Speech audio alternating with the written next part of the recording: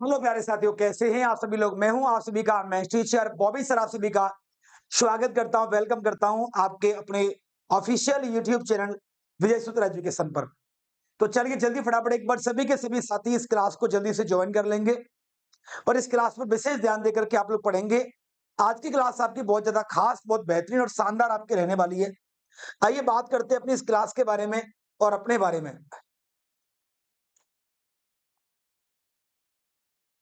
चलिए, अगर हम आज की इस क्लास के बारे में बात करें तो आज इस वीडियो में यानी कि आज की इस क्लास के इस सेशन में मैं आपको क्या बताने वाला हूं। देखिए, यूपी पुलिस कांस्टेबल के एग्जाम्स में, किसमें मेरे भाई सर, यूपी पुलिस कांस्टेबल के एग्जाम में जो भी आपका मैथ्स का सिलेबस आता है, ठीक है, यूपी पुलिस कांस्टेबल के एग्जाम में जो मैथ का सिलेबस आता है, उस मैथ के सिलेबस में से, पूरे के पूरे मैथ के सिलेबस में से आपके एग्जाम पेपर के पैटर्न और पेपर के लेवल के आधार पर टॉप क्वालिटी के बढ़िया अच्छे शानदार सवालों के साथ मैं आपके लिए कराने वाला हूं एक शानदार सा मॉडल पेपर।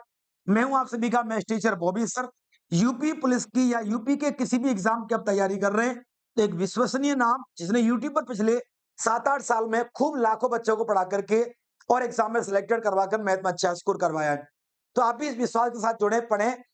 इस क्लास के बारे में बात करूं तो ये क्लास आपको मालूम चल गई मॉडल पेपर होगा। पूरे सिलेबस में से एग्जाम ओरिएंटेड बढ़िया लेवल के सवाल होंगे। कुछ इजी सवाल भी होंगे, कुछ मीडियम भी होंगे और कुछ थोड़े से टफ यानी कि अच्छे लेवल के क्वेश्चन भी होंगे। अब मेन बात क्या है, मेन बात क्या है इस क्लास में जो आपको बेहतर बनाएगी। मेन बात ये कि यानी कि जब आप ये क्लास एग्जाम ओरिएंटेड कैसे होगी, एग्जाम हॉल के हिसाब से होगी। जब इस तरीके का एक पेपर अगर एक्चुअल एग्जाम में आता है, यानी एग्जाम हॉल के हिसाब से क्लास कैसे है, अगर आपके लिए ये पेपर आपके एग्जाम में आ गया, एग्जाम में प्रश्न को कैसे सॉल्व करना है, यानी कि कम से कम टाइम में अगर हमें क्वेश्चन को सॉल्व करना है तो एग्जाम में कैसे करेंगे, उस अप्रोच के साथ मैं यहाँ पर आपको पढ़ाने वाला हूं। तो चलिए स्टार्ट करते हैं आज की क्लास का पहला सवाल, गजब सॉल्यूशन, बेस्ट ट्रिक और बेस्ट कॉन्सेप्ट के साथ। यदि एक संख्या के 89% और 73%, देखिए दिल लगाकर ध्यान से अच्छी तरीके से पढ़िएगा, मैं गारंटी देता हूं क्लास में आपको मजा आ जाएगा। एक संख्या के 89% और 73% के बीच का अंतर, यहां पर इन दोनों के बीच के अंतर की बात हो रही है, तो अंतर करिए। 9 में से 3 गए 6, इनका अंतर क्या होगा, 16% होगा। सवाल कह रहा है कि इनका अंतर 448 है, यानी हम ये कह सकते हैं कि 16% जो अंतर है सर वही 448 है। तो 1% का मान कितना हो गया, सॉल्व कर दो। 16 तिया 48, 16 दूनी 32, 16 दूनी 32, 44 में से 32 गए, कितने बच गए 12, 128 हो गए, 16 8 128, ठीक है ना। ये हमारा सवाल 28 आ गया। सवाल क्या कह रहा है, बताइए उस संख्या के 49% का मान क्या होगा, यानी हमें उस संख्या का 49% बताना है। तो कर दीजिएगा कि 28 गुणा 49 हमारे सवाल का उत्तर होगा। यानी अगर 1% का मान, अगर 1% का मान 28 है तो 49% का मान क्या होगा, निकाल दीजिए। अब भी क्या होगा, अब भी बहुत सारे बच्चे क्या करेंगे, फंसेंगे सवाल में। पूछिए क्यों मेरे भाई, 90% स्टूडेंट की ये प्रॉब्लम रहती है कि क्वेश्चन को सॉल्व करने के बाद वो कैलकुलेशन में टाइम लगाते हैं। तो मैंने वही बताया, ये क्लास एग्जाम के पॉइंट को ध्यान में रखते हुए कराई जा रही है कि अगर आप एग्जाम में बैठे हो तो एग्जाम में सवाल कैसे क्रैक करना है। आइए इनका गुणा करेंगे तो टाइम लगेगा, डायरेक्ट आंसर करिए। 9 अट्ठे 72, 72 का 2, यानी कि जो भी आंसर आएगा उसके पीछे 2 आएगा। तो केवल यहीं पर 2 है, ना यहां पर 2 है, ना यहां पर 2 है, ना यहां पर 2 है, यानी कि केवल डी ऑप्शन हमारे सवाल का उत्तर था। हमें पूरे सवाल की तरफ मूवमेंट करना ही नहीं है, ठीक है। चलिए अब अगले वाले क्वेश्चन पर आते हैं सर। अगला वाला क्वेश्चन क्या कह रहा है कि 50 को 2 भागों में, किसको सर, 50 को 2 भागों में इस तरह बांटा। सवाल कह रहा है कि 50 है हमारे पास, इसे 2 भागों में ऐसे बांटना है, इनके व्युत्क्रमों का योग 1/12 हो जाए। कोई भी दो संख्या है, मैंने कहा एक x है और एक y है। सवाल कह रहा है कि दोनों संख्या मिलाकर कितनी है, सर 50 है। सवाल करा कि इनके व्युत्क्रमों का योग यानी कि 1/x प्लस के 1/y ये कितना होना चाहिए?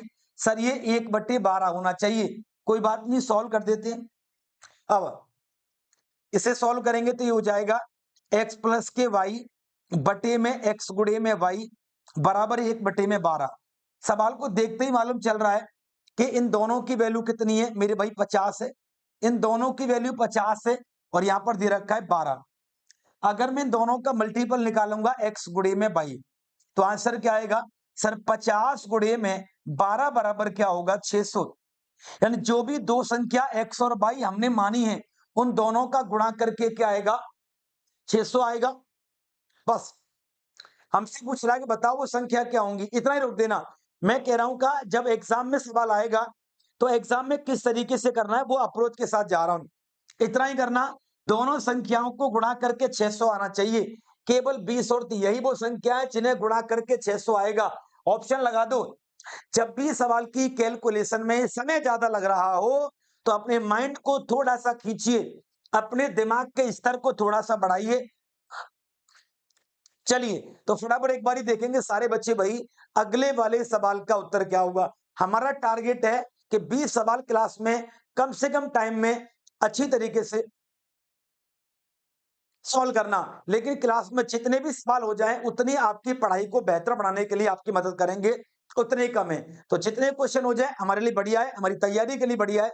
तो चलिए आप लोग ध्यान देंगे इस वाले क्वेश्चन का जवाब यहां पर क्या होगा, फटाफट बताइए जल्दी से भाई। ठीक है, ये क्लास बिल्कुल एग्जाम ओरिएंटेड क्लास है। कुछ मीडियम लेवल के सवाल भी है, कुछ इजी सवाल है, कुछ टफ और कैलकुलेटिव सवाल भी रखे हैं।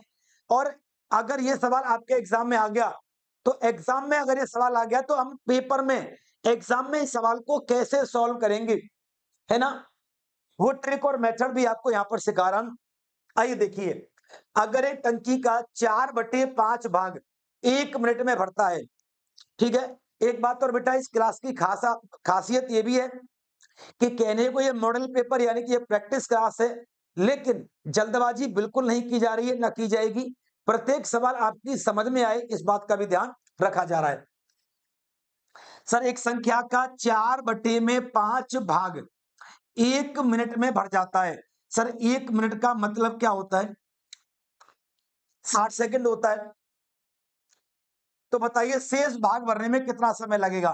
कॉमन सेंस का सवाल है कि यदि 4/5 भर गया 60 सेकंड में तो शेष क्या होगा? पहले तो शेष का मालूम करिए। शेष क्या होगा?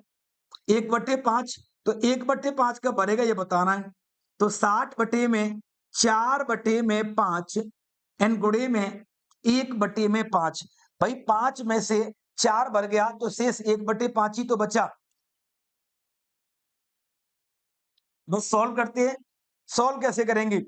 4 से कितनी बार कट जाएगा? 15 बार। 5 से 5 कट जाएगा, केवल 15 बचेगा। यानी कि 15 सेकंड हमारे क्वेश्चन का सर ये जवाब हो जाएगा।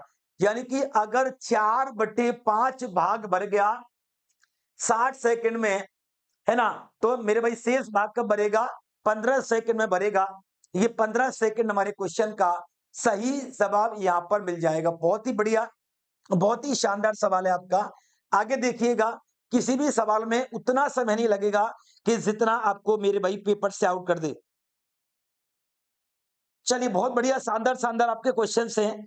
जल्दी से फटाफट एक बार बताइए भाई अगले वाले क्वेश्चन का जवाब यहां पर क्या होगा, फटाफट करके बताइए, जल्दी से करके बताइए, क्योंकि इस सवाल में आपको थोड़ा सा आपको सोचना पड़ेगा, क्योंकि ये उस टॉपिक का सवाल है। हाँ भाई, ये उस टॉपिक का सवाल है। किसका? ये उस टॉपिक का सवाल है, ध्यान दीजिए। किसका? ये उस टॉपिक का सवाल है जो आपके सिलेबस में नहीं है, ठीक है ना, लेकिन ये कराया जाएगा क्योंकि अनुपात पर डिपेंड है। आपके सिलेबस में अनुपात समानुपात आता है, मिक्सचर वाला टॉपिक प्रॉपर नहीं है एलिगेशन का। लेकिन मैं आपको बता दूं एलिगेशन में जो मिक्सचर होता है वो रेशियो का ही पार्ट है। तो अगर ऐसा सवाल पेपर में आ जाए तो आउट ऑफ द बॉक्स मत मानिएगा। सवाल क्या कह रहा है? सर 1.60 रुपए प्रति किलोग्राम के गेहूं को 1.45 रुपए किलोग्राम के गेहूं के साथ मिलाना है, और इन दोनों को मिलाने के बाद जो मिक्सचर तैयार होगा वो मिक्सचर तैयार होगा 1.54 रुपए किलोग्राम का। कॉन्सेप्ट क्या है, 1.60 रुपए किलोग्राम और 1.45 रुपए किलोग्राम के गेहूं को मिलाना है, मिलाकर के जो मिक्सचर बनेगा उसका मान होगा 1.54 रुपए किलोग्राम। मिक्सचर क्या होता है, जब दो अलग अलग चीजों की टोटल वैल्यू दी गई होती है तो वो मिक्सचर होता है। मिक्सचर हमेशा एक से ज्यादा होगा, एक से कम होगा, ये उसका मेथड होता है एलिगेशन। ठीक है, इन दोनों में कितने का गैप है, 9 और 5 14, 9 का गैप है। इन दोनों में कितने का गैप है मेरे भाई, 6 का, क्योंकि एलिगेशन लगाते हैं तो हम इनके बीच का अंतर करते हैं।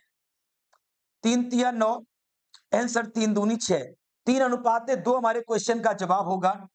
सर ये ऑप्शन नंबर क्या बनेगा, सर डी बन जाएगा। ओके, आगे देखते हैं। सर एक स्कूल में 10 शिक्षकों में से एक सेवानिवृत्त हो जाता है। एक स्कूल में 10 शिक्षकों में से एक सेवानिवृत्त हो गया, उसके स्थान पर 25 वर्ष का नया नया शिक्षक आ गया। इन टोटल 10 शिक्षक हैं, इनमें से क्या हुआ मेरे भाई, 25 साल का एक चला गया, 25 साल का एक चला गया। ठीक है, इसकी जगह पर दूसरा आ गया और 3 साल कम हो गया। इसकी जगह पर नया व्यक्ति आ गया, कोई भी इसकी जगह पर नया आ गया, तो औसत क्या हो गया मेरे भाई, औसत क्या हो गया, 3 साल माइनस हो गया। आप मुझे बस इतना बता दीजिए इस सवाल को पढ़ करके, 10 व्यक्ति हैं कोई भी, उनमें से एक व्यक्ति चला गया 25 साल का, कितने बच गए, 9। इसकी जगह नया व्यक्ति आ गया, बस पूरे 10 हो गए। जब नया व्यक्ति आया है तो उम्र 3 साल कम हो गई है। 10 व्यक्तियों की 3 साल कम हो गई तो टोटल कितनी कम हो गई मेरे भाई, 30 साल कम हो गई। 25 साल का गया था, 30 साल कम हो गई, तो आने वाला कितने का था, 55 साल का। That is the correct answer. भाई हमारे पूरे समूह में से अगर 25 साल का गया और 55 साल का आया, तभी तो 30 साल कम होंगे, बोलो हाँ या ना, तभी तो 30 साल कम होंगे सबके। अगर 30 साल 10 लोगों के कम होंगे तो औसत कितना कम होगा, 3 साल कम होगा। ये औसत डिफरेंशिएशन का सवाल है। ठीक है, चलिए आगे देखिए और अगले वाले क्वेश्चन को लगाते हैं। मेरे भाई अगले क्वेश्चन का क्या जवाब है, फटाफट एक बार देख के बताएंगे सर जी ये अगले वाले प्रश्न में क्या कहना चाह रहा है, इसकी क्या भावनाएं हैं, इसको समझने का प्रयास करते हैं। और इस सवाल को आप लगा लीजिएगा, वेरी इंपॉर्टेंट सवाल। ठीक है ना, ये मीडियम में नहीं आ रहा, ये सीधा टफ क्वेश्चंस में आ रहा है। Tough in the sense calculative में। जिन प्रश्नों में डायरेक्टली ट्रिक लग जाती है या नॉर्मल बेस पे हो जाते हैं वो इजी क्वेश्चंस होते हैं। जो प्रश्न ट्रिक और फॉर्मूले में थोड़ा सा फेरबदल करके आते हैं, है ना, वो मीडियम लेवल के होते हैं। जिन प्रश्नों में फॉर्मूला ट्रिक लगे चाहे ना लगे, लेकिन वो कैलकुलेशन के आधार पर लेंथी होते हैं, वही टफ क्वेश्चंस होते हैं, उनमें टाइम ज्यादा लगता है। तो जब एक बात और बता दूं, हमेशा बोलता हूं मैं, आज फिर बोल रहा हूं, हमारे पेपर में 4 से 5 सवाल ऐसे आते ही आते हैं जो हमेशा वो किसी भी पर्टिकुलर लॉजिक पर डिपेंड नहीं करते, वो बेसिक कंसेप्ट वाले सवाल होते हैं। वो सभी होंगे जब कैलकुलेशन आपकी फास्ट होगी। यदि अंकित मूल्य पर 30% की छूट के साथ एक को एक वस्तु 8750 में बेची गई है, बहुत बढ़िया, खरीदे गए मूल्य पर 25 का लाभ हुआ है, तो बताइए अंकित मूल्य क्या। बहुत आसान सवाल बना दूंगा। अंकित मूल्य यानी कि एमआरपी बताना है। हाँ मुझे बताइए, अगर कोई वस्तु 8750 की बेची है ना, तो 25 का लाभ हुआ है, इसका मतलब 125% पर बेची है। बोलो हाँ या ना, आप कहेंगे से बिल्कुल सही बात है, बिल्कुल सही बात है, 125% पर बेची है, बिल्कुल सही बात है। ओके, अब सवाल क्या कह रहा है, जब ये बेची गई होगी इसी मूल्य में 30% की छूट भी दी गई होगी, यानी अगर 30% की छूट दी गई होगी तो इसका मतलब वो वस्तु कितने की बेची गई होगी, पर वो 70% पर बेची गई होगी। बस सॉल्व करते हैं। 25 पंज 125 एंड 25 चौके 100, 0 से 0, 5 से कट जाएगा, 5 से कितनी बार कटेगा, 5 एकन 5, 5 सत्ते 35, 25 पचम 25, 7 से कट जाएगा 25 बार, 25 चौके 100, 100 इंटू 100 कितने होंगे 10 की, यानी 10,000 हमारे क्वेश्चन का जवाब होगा। ये डायरेक्ट सवाल आ गया, ये थॉट प्रोसेस का सवाल था। ये जो सवाल था वो केवल और केवल थॉट प्रोसेस का सवाल था, यानी कि मेंटेलिटी को बिल्ड करने वाला सवाल था। किसी वस्तु पर कोई भी एक रेट लिखा हुआ था, उस पर 30% का डिस्काउंट दिया, बीच में उसे खरीदा, उसके बाद इस पर प्रॉफिट लिया कितने का, 25% का। फिर ये वस्तु कितने की गई, 8,750 की। बताइए इसका एमआरपी क्या रहा होगा, है ना। तो प्रॉफिट और डिस्काउंट दोनों सेम सेलिंग प्राइस पर गए हैं, तो एमआरपी क्या होगा, जस्ट इनका उल्टा होगा। जस्ट क्या होगा, इनका उल्टा होगा। तो अब चलिए एक और सवाल, बेहद इंपॉर्टेंट सवाल, ठीक है। ये सवाल अगर पेपर में आ गया, आपका टाइम भी ज्यादा खाएगा, आपका टाइम भी ज्यादा खाएगा, हो सकता है गलत भी हो जाए, हो सकता है टाइम ज्यादा खा करके सही हो जाए, लेकिन प्रॉपर ही प्रॉपर बेसिक नॉलेज का सवाल है। इसे वही विद्यार्थी कर पाएगा जिसे डेप्थ नॉलेज होगी। एक बात और बता दूं, नामधारा टॉपिक जो है मूलतः आपके सिलेबस में कहीं दर्शाया नहीं जाता है। यूं तो अलग अलग यूट्यूबर अलग अलग किताबों में दिया गया है, मेरे अब तक के अनुभव पर मैंने पर्टिकुलर गूगल के इंटरनेट के सिलेबस नोटिफिकेशन में ये टॉपिक नहीं है, बट ये टॉपिक से हर साल सवाल आ रहा है। क्यों? क्योंकि नामधारा समय चाल दूरी का ही एक पार्ट है। आगे देखते हैं सवाल क्या कह रहा है। एक आदमी स्थिर पानी में 6 किलोमीटर प्रति घंटे से दौड़ रहा है। एक आदमी, आदमी की चाल का, नाप धारा में आदमी की चाल का मतलब होता है एक्स, और एक्स का मान दे रखा है 6 किलोमीटर पर आवर। धारा की चाल दे रखी है 22, और 22 का मान दे रखा है 2 किलोमीटर पर आवर। अब सवाल कह रहा है, सवाल बात कर रहा है अप स्ट्रीम और डाउन स्ट्रीम की बात कर रहा है, ठीक है। जब कोई भी नाव है, अप स्ट्रीम और डाउन स्ट्रीम का मतलब है कि धारा की दिशा और धारा की विपरीत दिशा। जब कोई नाव धारा की दिशा में जाएगी तो उसकी चाल हो जाएगी मेरे भाई x प्लस के वाई, यानी कि 6 और 2 8 किलोमीटर पर घंटे। जब कोई नाव धारा के विपरीत दिशा में जाएगी, है ना, डाउन स्ट्रीम जाएगी, तो उसका मतलब होगा धारा की विपरीत दिशा, यानी कि x माइनस के वाई, ठीक है। इनकी जो टाइम है, इनके टाइम में 3 घंटे का डिफरेंस है, कि अप स्ट्रीम का जो समय है वो डाउन स्ट्रीम से 3 घंटे ज्यादा है, यानी कि धारा की दिशा और विपरीत दिशा के बीच में 4 घंटे के समय का अंतर है। सो दूरी बराबर क्या होगा, बेस्ट नॉलेजल ट्रिक बता रहा हूं, दूरी बराबर होगा चालों का गुणा बटे चालों का अंतर गुणे में समय। 4 × 12, 12 × 96, 96 बटे 4 बोले तो 24, ठीक है। Sir answer will be 24। जल्दी से बताइए सर आंसर विल बी क्या होगा, मेरे भाई 24 होगा, ठीक है। आंसर विल बी 24, यानी कि 24 हमारे क्वेश्चन का ये सही जवाब यहां पर देखने को मिलेगा, ठीक है। चलिए जल्दी से फटाफट एक बार बताइए हमारे सवाल का यहां पर आंसर क्या मिलेगा, ठीक है। यहां तक आपका आंसर क्लियर है। अब फटाफट देखते हैं कि अगले वाले सवाल का उत्तर यहां पर क्या बनेगा, ठीक है। ये सवाल एग्जाम के पैटर्न के हिसाब से बड़ा इजी है, देखा जाए तो ये सवाल क्या है, बहुत इजी है। लेकिन मैं इस सवाल को 10 में से 8, सॉरी 10 में से इसे कितने नंबर दूंगा, मेरे भाई 8 नंबर दूंगा अकॉर्डिंग टू लेवल। ये सवाल सॉल्यूशन के हिसाब से इजी है, लेकिन मैं लेवल इसका आंकूंगा तो मैं इसे मीडियम लेवल में रखूंगा, इस सवाल को इजी में नहीं रखूंगा। आइए देखते हैं इसका कंडीशंस और एप्लीकेशंस क्या होगी इस सवाल का। जल्दी आप थोड़ा दिमाग लगाइए, अगर लगा सकते हो तो आप थोड़ा दिमाग लगाइए, अन्यथा मेरा तो काम है, मैं तो इसको करवा ही दूंगा, मैं तो करवा ही दूंगा। ध्यान दीजिए, 1/4 और 3/4 के बीच परमेय संख्या क्या होगी। सर 1/4 का मतलब होता है 0.25 और 3/4 का मतलब होता है 0.75। अपने को बताना है कि दोनों के बीच में नंबर क्या आएगा, ध्यान देना, इन दोनों के बीच में क्या आएगा, इन दोनों के बीच में क्या आएगा मैं आपको समझाता हूं, जरा ध्यान से देख के चलिएगा। अगर मैं सी ऑप्शन पर जाता हूं तो सी का मतलब होगा 0.24 और 0.74। देखो 74 तो बीच में आ रहा है, लेकिन 24 बीच में नहीं आ रहा, तो ये ऑप्शन खत्म हो गया, ठीक है। ये हो जाएगा 0.252, ये हो जाएगा 0.748।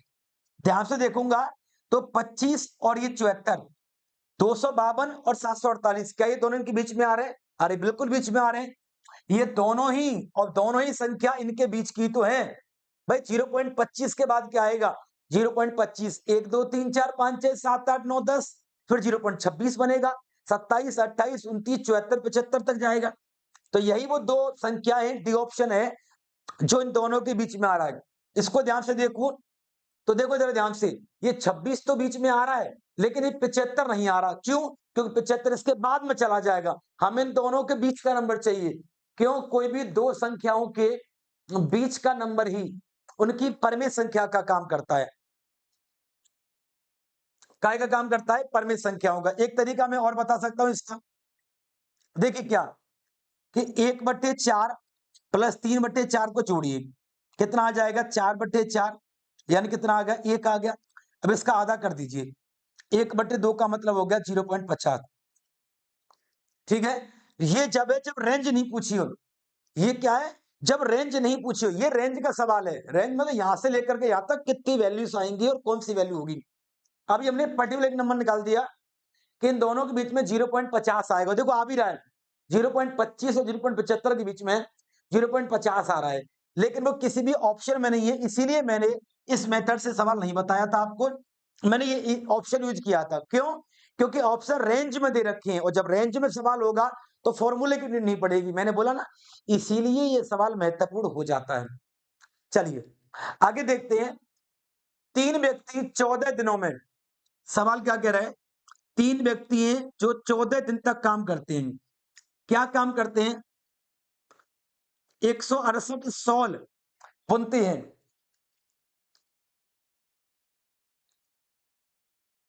सवाल कह रहा है कि 3 व्यक्ति हैं जो 14 दिनों तक काम करते हैं, और काम करते हैं 168 साल बनने का काम करते हैं।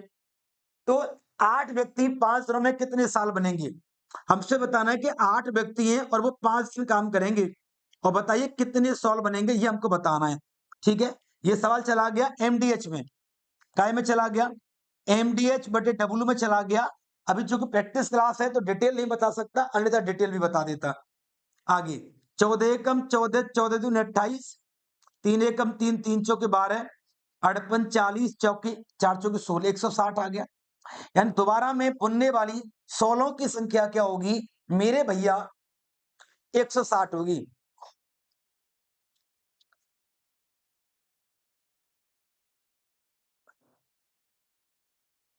तो भाई यहां तक सब कुछ क्लियर है कि नहीं क्लियर है? आपको टेंशन लेने की जरूरत नहीं है। मजेदार सवाल आपका मैंने समझा दिया है। आगे देखते हैं अगला सवाल यहाँ पर क्या कह रहा है। बहुत ही अच्छे अच्छे और एग्जाम एग्जाम ओरिएंटेड सवाल है। देखिए, एक परिवार में माता पिता की औसत आयु 35 साल है। एक परिवार में मदर की और फादर की, इन दोनों की औसत आयु 35 साल है। तो इनकी टोटल उम्र क्या होगी? 35 दूनी 70 साल। अब मदर भी है, फादर भी है, उनका इकलौता बेटा भी है, उनका लड़का भी है। इन अब ये तीनों लोग, इन तीनों की औसत आयु 27 साल है। तो इनकी टोटल उम्र क्या होगी? 81 साल होगी। अब मैं कुछ बता रहा हूं। मम्मी पापा की उम्र 70, मम्मी पापा उनके बच्चे की उम्र 81। इसका मतलब है कि मम्मी पापा और बच्चे में से मम्मी पापा को निकाल देंगे तो बच्चे की उम्र क्या बचेगी? 11 साल बचेगी। जनाब यही तो सवाल का उत्तर है। मम्मी पापा और मैं बेटा, हम तीनों में से मम्मी पापा निकाल दूं तो बेटा कितने को? 11 साल को। अरे बोलो यस या नो? मजा आया कि नहीं आया? है ना? एकदम मजा आ जाएगा। उम्मीद के मुताबिक कंटेंट आपको प्रोवाइड करवाया जा रहा है। एकदम लेवल से भरा कंटेंट, एकदम लेवल से भरी चीजें आपको दे रहा हूं, मजा आ जाएगा। आगे देखते हैं। एक लंबवृत्तीय शंकु के आधार की त्रिज्या और ऊंचाई में 20% की वृद्धि होती है। सर 20% का मतलब 1/5 होता है, वृद्धि का मतलब प्लस। एक शंकु की त्रिज्या में वृद्धि हो रही है, त्रिज्या 5 है, एक की वृद्धि होगी तो क्या होगी? 6। ठीक है, बहुत बढ़िया। या फिर और इजी बनाइए कि त्रिज्या अगर 100 है तो इतना तो पता है कि वो 120 हो जाएगी। बहुत बढ़िया, इतना ही रोकिए। ठीक है, तथा ऊंचाई, ऊंचाई भी 100 है तो मेरे भाई क्या हो जाएगी? 120। किसी भी शंकु की त्रिज्या की और ऊंचाई की बात हो रही है कि इनमें 20% की वृद्धि है, यानी त्रिज्या 100 से 120 तो ऊंचाई भी 100 से 120। एक काम कर दीजिए, 0 0 गया, 0 0 गया, अब मत काटना कुछ भी। तो बताइए इसके आयतन में लगभग कितने परसेंट की वृद्धि होगी? शंकु का आयतन क्या होता है? शंकु का आयतन होता है 1/3 N pi R square H. तो आप ध्यान से देखोगे 1/3 पाई ये कांस्टेंट वैल्यू है। तो आयतन से मतलब क्या होगा? आयतन से मतलब होगा आर स्क्वायर एच। तो 10 का स्क्वायर इंटू के 10, देन द रेशियो ऑफ 12 का स्क्वायर इंटू के 12। ठीक है, 10 की 100 इंटू 10 मेरे भाई 1000 हो गया। 12 का स्क्वायर इंटू 12 यानी कि 1728 हो गया। यानी कि आयतन 1000 से 1728 हो गया।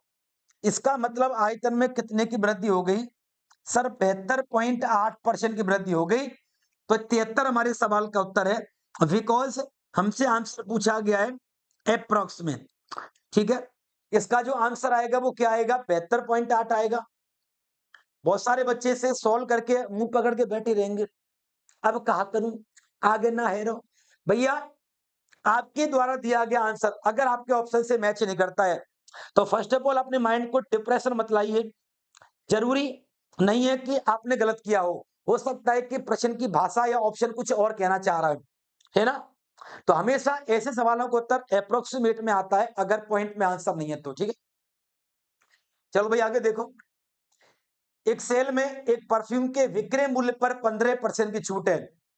इसका विक्रय मूल्य इतना है, विक्रय मूल्य पर इतनी छूट है, यानी कि सेलिंग प्राइस पर डिस्काउंट है। किस पर डिस्काउंट है? विक्रय मूल्य यानी सेलिंग प्राइस पर डिस्काउंट है कितने का? 15% का। यानी कि मैं कह सकता हूं क्या कि अगर सेलिंग प्राइस 100 है तो सेलिंग प्राइस नया वाला क्या होगा? 85 होगा। और 85 का मान दे रखा है, 85 का ही मान कितना दे रखा है? ये दे रखा है। हमसे पुराना वाला पूछा है, सॉल्व कर दो।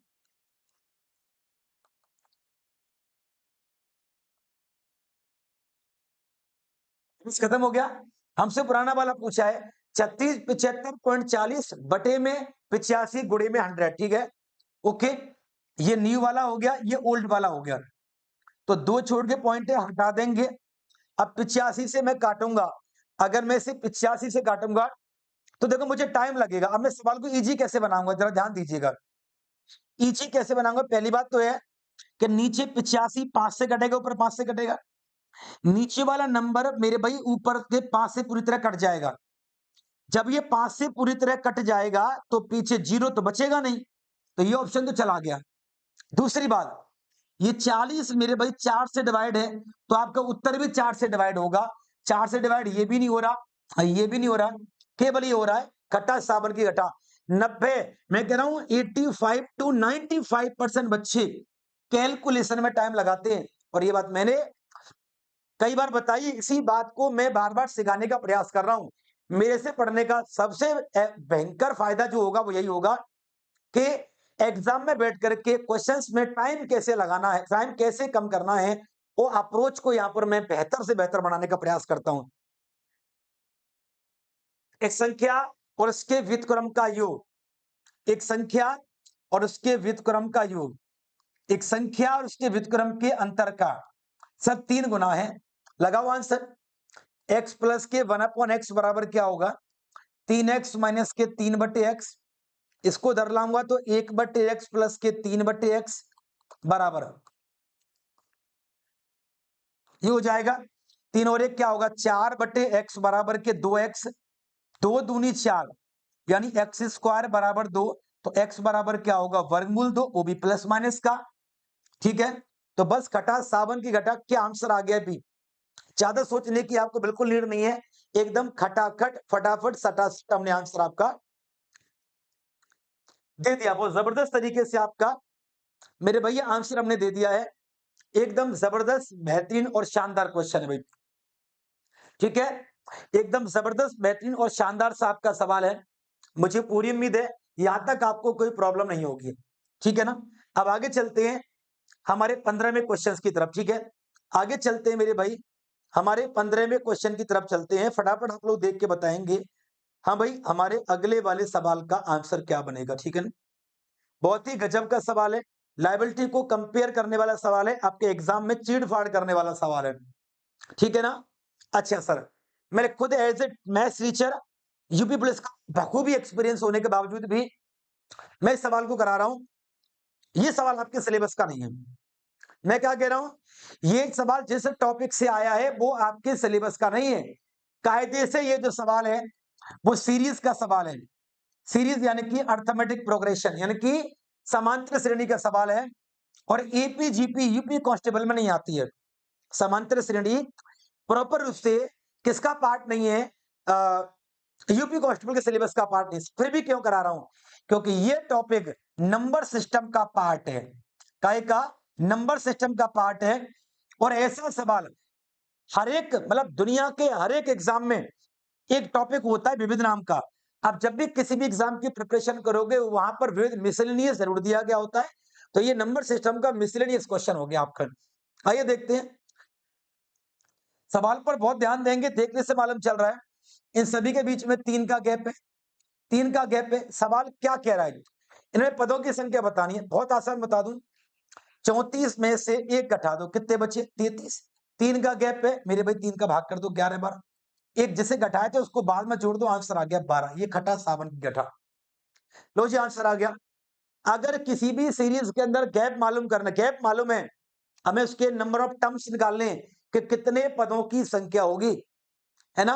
मतलब 1 से लेकर के 34 तक ये टर्म लिखे हुए हैं, इनमें कितने पद, कितनी संख्या इनमें बैठेंगी, है ना, ये अपने को काउंट करनी है। तो फटाफट से 34 पदों तक 34 पद काउंट करने हैं, तो 12 संख्या हमारे पास इसमें लगेंगी।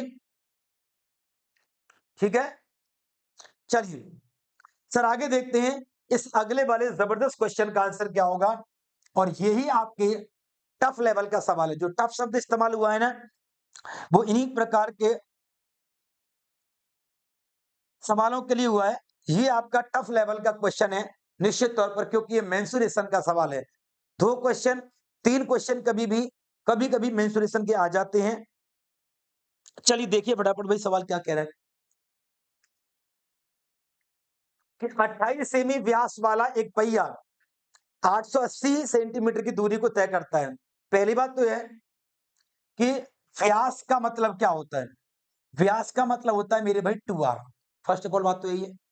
अब मेरी बात समझो, जब कोई पहिया घूमता है और कोई भी दूरी तय करता है, उसका इंडिविजुअल कॉन्सेप्ट होता है। सुनो वो क्या होता है, वो होता है दूरी बराबर परिधि गुणा चक्कर। जब कोई पहिया कहीं से कहीं तक घूम करके किसी भी दूरी को तय करता है, तो उसका एक कॉन्सेप्ट होता है दूरी बराबर परिधि गुणे में चक्कर। सर दूरी बराबर क्या होता है, परिधि गुणे चक्कर। दूरी कितनी दे रखी है, 880 सेंटीमीटर। परिधि क्या होती है, परिधि होती है 2πr, जिसमें पाई का मान 22/7, इसमें 2r का मान 28 गुणे में चक्कर। आपसे पूछिए, निकाल दो आंखों ही आंखों में।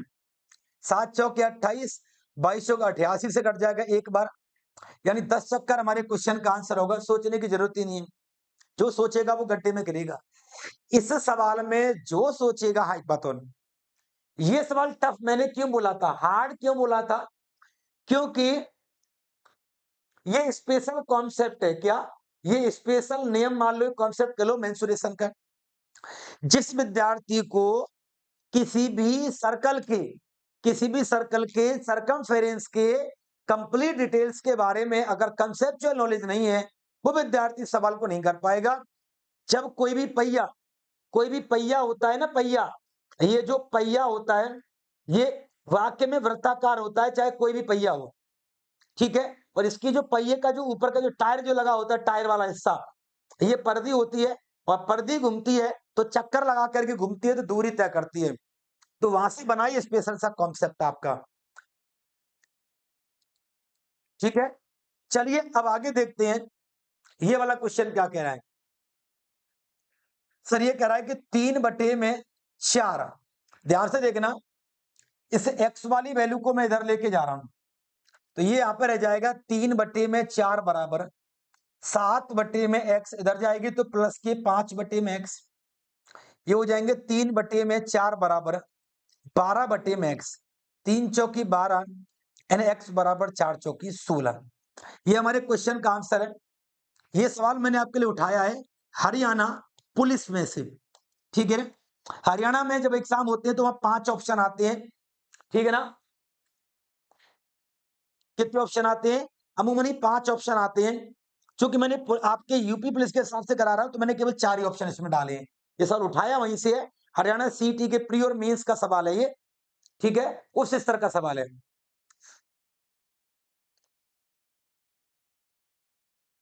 चलो भाई बनाओ फटाफट इस सवाल को उत्तर। चलिए जल्दी से बनाइए एक बारी इस वाले सवाल का परफेक्टली आंसर बनाइए मेरे भाई। परफेक्ट आंसर क्या होगा? दूध और पानी के मिक्सचर में दूध और पानी का अनुपात 3:1 है, ठीक है सर। तो 10 लीटर मिक्सचर में पानी की मात्रा क्या होगी? सर मिल्क और वाटर की जो वैल्यू है सर वो 3:1 है, ठीक है ना। तो टोटल क्या हो गया मेरे भाई? 4 हो गया। 4 का ही मान दे रखा है मेरे भाई 10 लीटर। सवाल क्या कह रहा है? इस मिक्सचर में पानी की मात्रा कितनी है? पानी की मात्रा कितनी? पानी 1 है, पानी की मात्रा है 1, 4 में से गुणा करेंगे 10 का, इसका मतलब 2.5 लीटर है। बस लगाओ आंसर। ये तो बच्चों वाला सवाल था। ये तो बिल्कुल ही आपका एकदम निर्लज्ज, एकदम निहायती फुहड़ सवाल था। This is the very very फुहड़ सवाल। This is the very very फुहड़ सवाल। एक बार बताइए क्या ये सही है? क्या ये सही है? चलिए फटाफट इंक्रीज करेंगे। सर इस सवाल का उत्तर क्या होगा? यदि a बराबर -1 है, b बराबर 3 है, तो a बराबर -1 है, b बराबर 3 है, इस पर स्क्वायर लगा हुआ है, अंदर प्लस के 2 बचेगा, स्क्वायर करेंगे तो क्या आएंगे? प्लस का 4। तो बस यही सवाल का उत्तर है। यही हमारे सवाल का उत्तर है। इसमें ज्यादा सोचने को भी नहीं था, करने को भी नहीं था। ये रियली बच्चों वाला सवाल है। ये सवाल जरूर निकला आपका धाबड़तोड़ सवाल। हाँ भाई, ये सवाल आपको जरूर पेपर में परेशान कर सकता है। Very very exam oriented. आपके यूपी पुलिस के सिलेबस में एक टॉपिक है न्यूमेरिकल अर्थमेटिक एबिलिटीज वाला। इसका मतलब है कि अंकगणितीय अवधारणाओं पर बने न्यूमेरिकल सवाल। ये अंकगणितीय अवधारणाओं का न्यूमेरिकल सवाल है जो सरलीकरण के अंदर आता है। सवाल में दे रखा है एक चिड़ियाघर में कुछ तो शेर हैं मेरे भाई। शेर के कितने पैर होते हैं? तो शेर के पैर कितने होते हैं? 4। कुछ तोते हैं, तोते के कितने पैर होते हैं? 2 पैर होते हैं, ये तो फिक्स है। लेकिन इन सबके सिर मेरे भाई एक ही होता है। सिर दे रखे मेरे भाई 15। कॉमन सेंस लगाना, चाहे जानवर कोई भी हो, चाहे आदमी कोई भी हो, सिर सबका एक होता है। अगर शेर और तोते सबको मिलाकर के इनके सिर 15 हैं, इसका मतलब आप ये कहेंगे सारे जानवर 15 हैं। भाई सबका सिर तो एक एक ही होगा ना। कौन से कितने ये नहीं पता, इतना पता है ये जानवर 15 होंगे। अच्छा अब मैं एक ट्रिक बताता हूं। पैरों की संख्या कितनी है? इनके पैरों की संख्या 50 है, सिरों की संख्या 15 है। अब मैं गजब का ट्रिक बताता हूं। जब सिर पैर के जानवर वाला सवाल आ जाए तो 2 पैर वाले जानवरों का मान कैसे निकालते हैं? 2 पैर वाले जानवरों का मान निकालते हैं सिर गुणे में 4 माइनस के पैर बटे में 2। रट लो, लिख लो, पढ़ लो, कुछ भी कर लो। 2 पैर वाले सिर गुणा 4, सिर कितनी है? 15। तो 15 गुणे में 4 माइनस के पैर कितने हैं सर जी? 50 divided by 2। 15 चौके 60 में से 50 के तो 10/2 यानी कितना हो गए? 5। यानी तोते कितने हो गए? 5। तो मेरे भाई शेर कितने होंगे? 10। तो दोनों मिला के 15 आ जाएगा। उसने भाई पूछा है कि शेरों की संख्या क्या होगी? सर 15 होगी। सर शेरों की संख्या क्या होगी? 10 होगी। मजा आ गया नहीं आ गया बताओ भाई?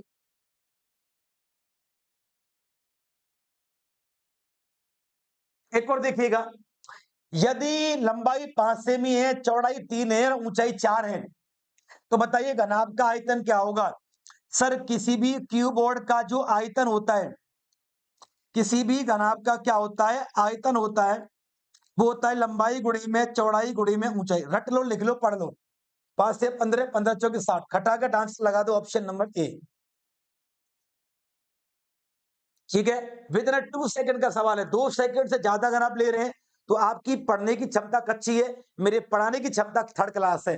अगर आप ऐसे सवालों में 2 या 5 सेकंड से ज्यादा का समय अगर आप ले रहे हैं, that is the clear answer है।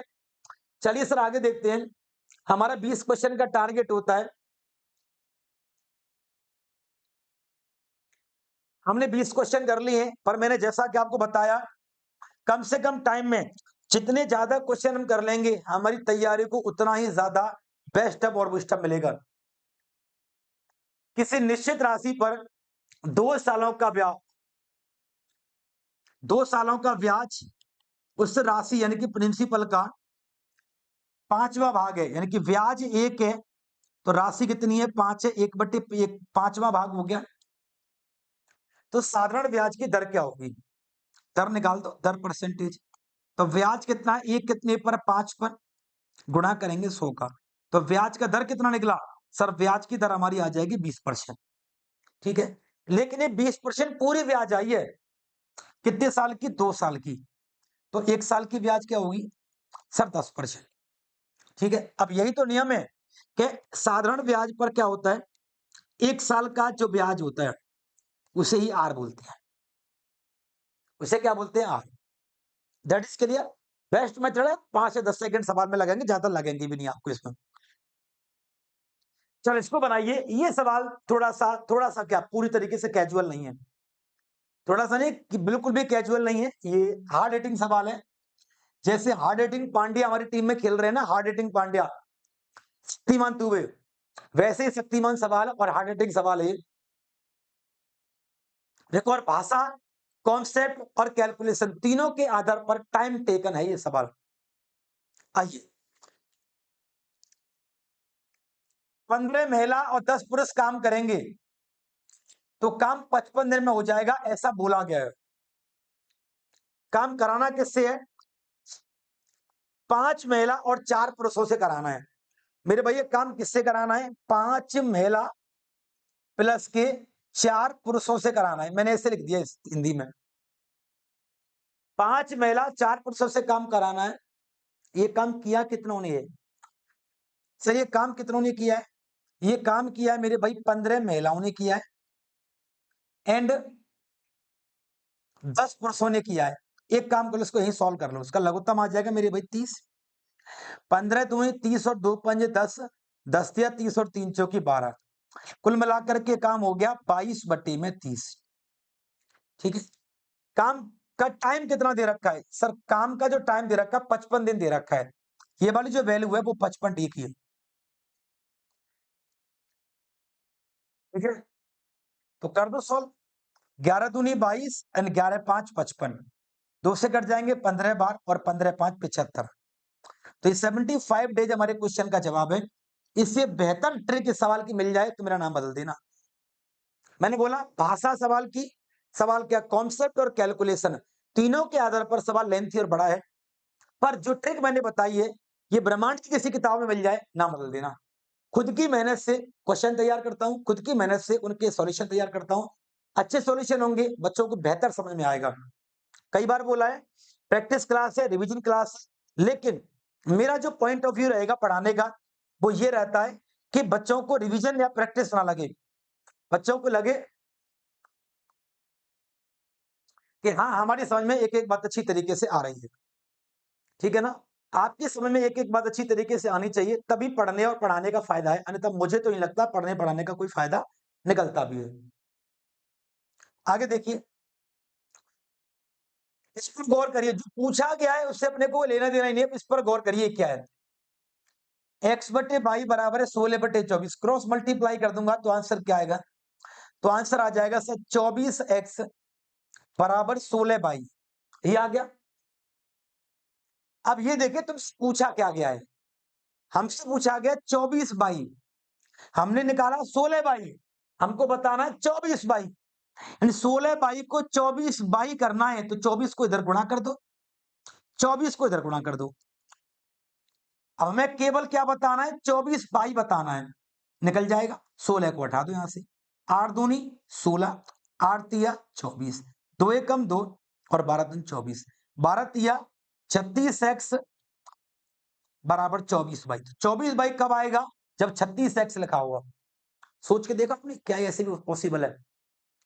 क्या सोच के देखा कि ऐसे ही पॉसिबल है? सवाल भाई साहब सोच ही नहीं सकते आप। एग्जाम में ये इजी सवाल है, निहायत इजी सवाल है, लेकिन 50% बच्चे इसे क्या कर देंगे, गलत कर देंगे। मैं आज भी वोटिंग करवा लूं, आज भी वोटिंग करवा लें तो आज भी सवाल को 50% बच्चे गलत कर देंगे। क्यों? क्योंकि आप निकालेंगे क्या, 24x बराबर 16 भाई, 8 24, 8 दूनी 16, x बटे वाई बराबर 2/3, है ना।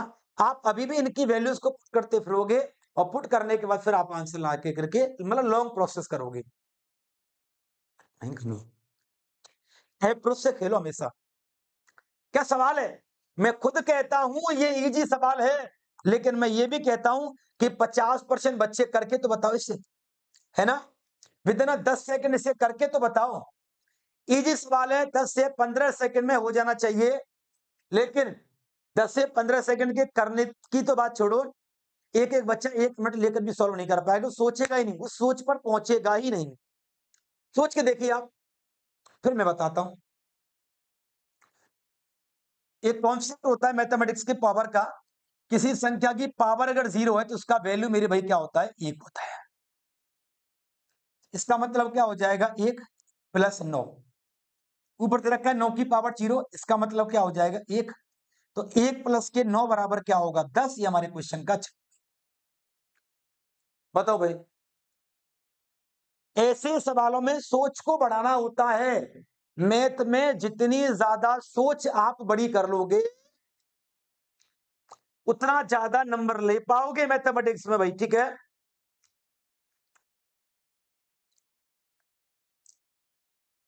चलिए 2 सवाल और कर देते हैं, फिर एंड करेंगे क्लास का।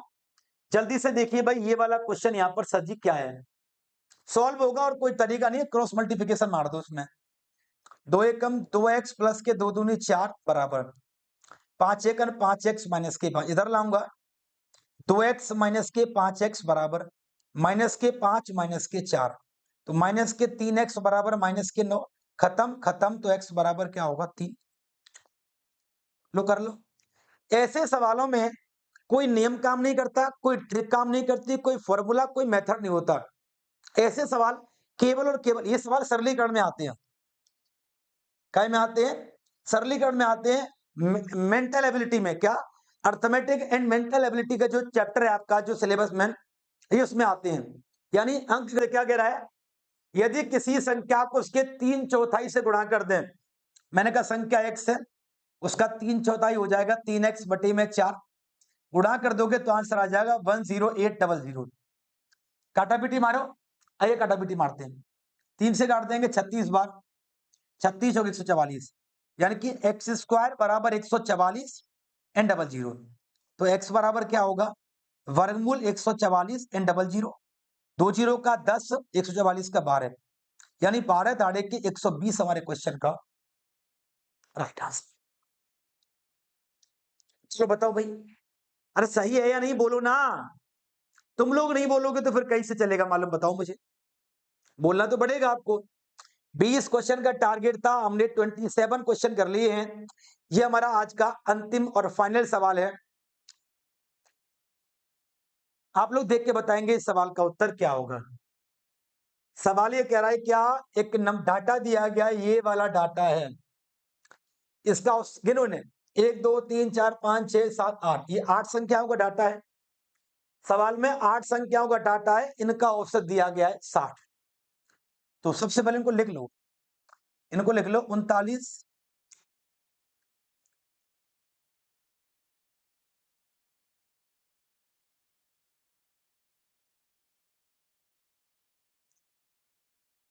ठीक है। ये संख्या 1 2 3 4 5 6 7 8, इन सभी 8 संख्याओं को पहले पर योग करते हैं। योग क्या होगा, 9 3 12, 5 17, 18 19 20 21, और 9 30 और 38 हो जाएगा 38, यानी कि 8, और x चलेगा प्लस में, ठीक है। अब आ जाओ सब, अब आ जाओ सब, इन सभी संख्याओं का औसत दिया गया है 60। अगर इन सभी संख्याओं का औसत अगर 60 दिया गया है, इसका मतलब है इसका जो यूनिट डिजिट है वो कितना है, 0 है।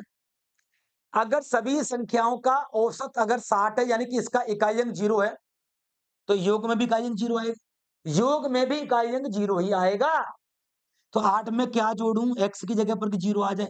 सर 8 में 2 जोड़ दो तो 10 में 0 आ जाएगा। 2 कहाँ है? यहाँ भी नहीं है, यहाँ भी नहीं है, यहाँ भी नहीं। अरे लो जी लो, यही तो है। इससे बेहतर सवाल आपको कहीं मिल जाए तो मेरा नाम बदल देना कि बॉबी सर आपने क्या पढ़ाया, है ना?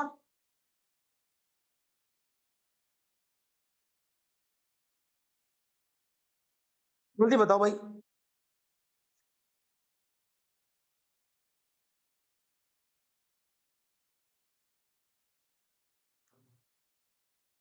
इससे बेस्ट मेथड नहीं मिलेगा आपको। अन्यथा आप फॉर्मूला लगाते रहते आप क्या कि औसत बराबर राशियों का योग बटी राशियों की संख्या। इसे जोड़ते बराबर में 60 लिखते, क्रॉस मल्टीप्लाई करते, पक्षांतरण करते, एक्स का मान निकालते। कितना लंबा प्रोसेस होता बताइए। एकदम चुटकियों में कर दिया ना, तो बस हमारा सवाल एंड होता है। अब आपने देखा यूपी पुलिस कांस्टेबल के पूरे सिलेबस में से टॉप बढ़िया इजी मीडियम टफ मिला करके बढ़िया अच्छे लेवल के क्वेश्चन लिए हमने, लगभग 27-28 क्वेश्चन लिए। कैसे प्रत्येक सवाल को एग्जाम के पॉइंट ऑफ व्यू से कम टाइम में बेस्ट तरीके से सॉल्व करना, ये मेथड और ट्रिक कॉन्सेप्ट हमने आपको बताए। उम्मीद है क्लास आपको अच्छी लगी होगी। प्यारे साथियों, अगर आप यूपी के किसी भी एग्जाम की तैयारी कर रहे हैं for UP police and constable ऐसा लेखपाल कोई भी, तो यूपी के एग्जाम के लिए मैथ में अगर आपकी प्रॉब्लम है तो मेरे पर छोड़ दीजिए। यूट्यूब पर जाएंगे और मेरा नाम सर्च करोगे तो आपको दिख जाएगा कि कैसे पिछले 5 से 6-7 साल के अंदर लाखों मतलब 5 लाख से ज्यादा बच्चों को हमने यूट्यूब पर पढ़ाया है, एप्लीकेशन पर पढ़ाया है, जिनमें से हजारों बच्चे सिलेक्टेड भी हैं और लाखों बच्चों के एग्जाम में अच्छे स्कोर भी मैथ्स में हुआ है। तो यूपी के लिए एक बढ़िया एक भरोसेमंद नाम आपके सामने है। वजह से एजुकेशन पर आप हमारी क्लासेस को फॉलो करें। सारे विद्यार्थी इस वीडियो को एक बार लाइक करना, इसको शेयर करना, हमारे चैनल को सब्सक्राइब करके बेल आइकन प्रेस कर देना, ताकि आपको मेरी द्वारा जाने जाने वाली वीडियोस क्लासेस का इन्फॉर्मेशन उनका नोटिफिकेशन आपको टाइम पर मिलता रहे। इसके अलावा अगर आप यूपी पुलिस के एग्जाम की तैयारी कर रहे हैं तो यूपी पुलिस का एक रिवीजन बैच हमने बनाया है, मात्र 45 डेज का 45 दिन का रिवीजन बैच है। ये मात्र 149 रुपए का है। ये बैच आप परचेस कर सकते हैं। इसमें कंप्लीट रिवीजन आपका हो जाएगा यूपी पुलिस के कंप्लीट सिलेबस का, ठीक है, जिसमें 45 रिकॉर्डेड वीडियो क्लासेस आपको मिलेंगी, 15 फुल लेंथ टेस्ट आपको मिलेंगे, 5 ऑल यूपी रैंक टेस्ट आपको मिलेंगे, ई नोट्स आपको मिलेंगे, क्लास नोट्स, क्लास की पीडीएफ वगैरह मिलेंगी, एंड टाइम पर आपको डाउट भी सॉल्व कराई जाएगी, है ना? तो मात्र 149 रुपए में आपको मिलेगी रिवीजन क्लास, ठीक है, जिसमें मैथ की रिवीजन वीडियो आपको जल्दी मिलना शुरू हो जाएंगी। तो आप इस क्लास के डिस्क्रिप्शन बॉक्स में हमारे एप्लीकेशन का डिटेल एंड लिंक दिया गया है, जाकर आप ज्वाइन करें। ये क्लास कैसी लगी आप लोग कमेंट करके जरूर बताइएगा। और क्या आप यूपी पुलिस की तैयारी कर रहे हैं, हमारे चैनल से जुड़ रहे हैं, तो प्लीज आप मुझे बताइए क्या और भी क्लासेस आपकी लाएं। अगर मेरा पढ़ाना अच्छा लग रहा है तो लाइव क्लासेस आपकी लानी चाहिए या नहीं लानी चाहिए, उसका फीडबैक भी एक बार कमेंट करके बताइए। Thank you, bye bye.